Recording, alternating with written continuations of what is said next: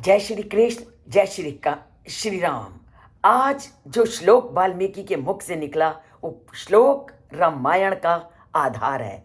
ये श्लोक निकलते ही वाल्मीकि मुनि उसके प्रति चिंता करने लगे कि मेरे मुख से इस करुणमय वातावरण को देखकर ये कौन सी पंक्तियां निकल आई।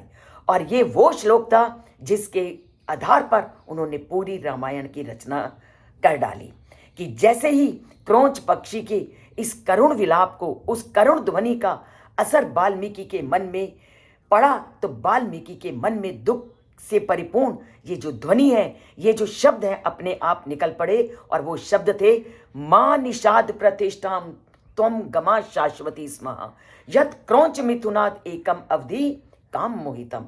उन्होंने शिकारी की ओर लक्ष्य करते हुए क्या कहा कि हे शिकारी, हे निषाद, मां निषाद प्रतिष्ठम, तू जिंदगी में कभी भी शांति को प्राप्त नहीं करेगा।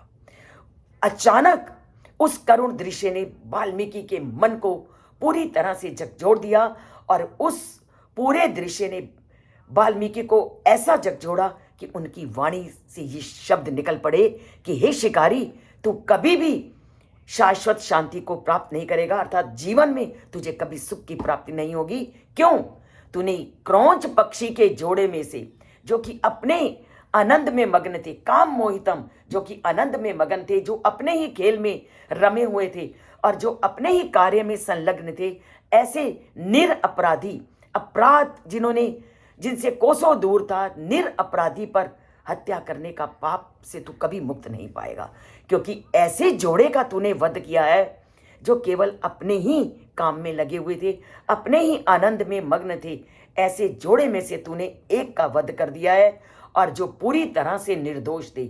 और निर्दोष को अगर तुमने कोई कष्ट पहुंचाया है, अगर तुमने कोई पीड़ा पहुंचाई है, तो उसके पाप का भागीदार तो व्यक्ति को बनना ही पड़ता है।